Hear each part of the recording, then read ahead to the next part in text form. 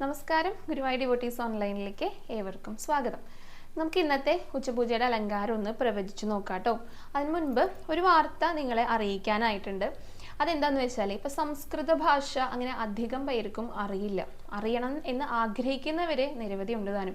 കാരണം നാരായണീയൊക്കെ വായിക്കുമ്പോൾ, അതുപോലെ ഭാഗവതമൊക്കെ വായിക്കുന്ന സമയത്ത് ആ ഭാഷയും കൂടെ ഒന്ന് അറിയണം എന്ന് ആഗ്രഹിക്കുന്നവർ കുറച്ചൊന്നും അല്ല കേട്ടോ. അപ്പോൾ അങ്ങനെയുള്ള ഭക്തർക്കായിട്ട് ഈ സംസ്കൃത ഭാഷാ പരിചയ കോഴ്സ് ദേവസ്വം ചെയ്യുന്നുണ്ട്. അപ്പോൾ അതിനെക്കുറിച്ചാണ് വായിക്കാനായിട്ട് പോകുന്നത് കേട്ടോ. വൈദിക സാംസ്കാരിക പഠന കേന്ദ്രം ഗുരുവായൂർ ദേവസ്വം IVCSന്റെ സംസ്കൃത ഭാഷാ പരിചയ കോഴ്സ്. ഈ കോഴ്സിന്റെ രണ്ടാം ബാച്ച് 2026 ഏപ്രിൽ മാസത്തിൽ ആരംഭിക്കുന്നുണ്ട്. അപ്പോൾ ഈ കോഴ്സിൽ നമ്മൾ ജോയിൻ ചെയ്ത് കഴിഞ്ഞാൽ എന്തൊക്കെയാണ് നമുക്ക് അതിലൂടെ ലഭിക്കുന്നത് എന്നും കൂടെ പറയാം. സംസ്കൃത ഭാഷയെക്കുറിച്ചുള്ള അടിസ്ഥാന പഠനം, പിന്നെ സംസ്കൃതം എഴുതുവാനും വായിക്കാനുമുള്ള പ്രാപ്തി, ലഘുശ്ലോകങ്ങളും സാഹിത്യ ഭാഗങ്ങളും മനസ്സിലാക്കാനുള്ള പാഠവം, നാരായണീയം, ഭഗവത്ഗീത, ഭാഗവതം, സംസ്കൃത സാഹിത്യ കൃതികൾ, ദർശനങ്ങൾ മുതലായവയെക്കുറിച്ചുള്ള അറിവ്, പിന്നെ ഭാഷ പ്രയോഗ നൈപുണ്യം. ഇത്രയും കാര്യങ്ങളാണ് നമുക്ക് അതിൽ നിന്ന് ലഭിക്കുന്നത് കേട്ടോ. അപ്പോൾ ഈ കോഴ്സിലേക്കുള്ള പ്രവേശനം ആരംഭിച്ചിരിക്കുകയാണ്.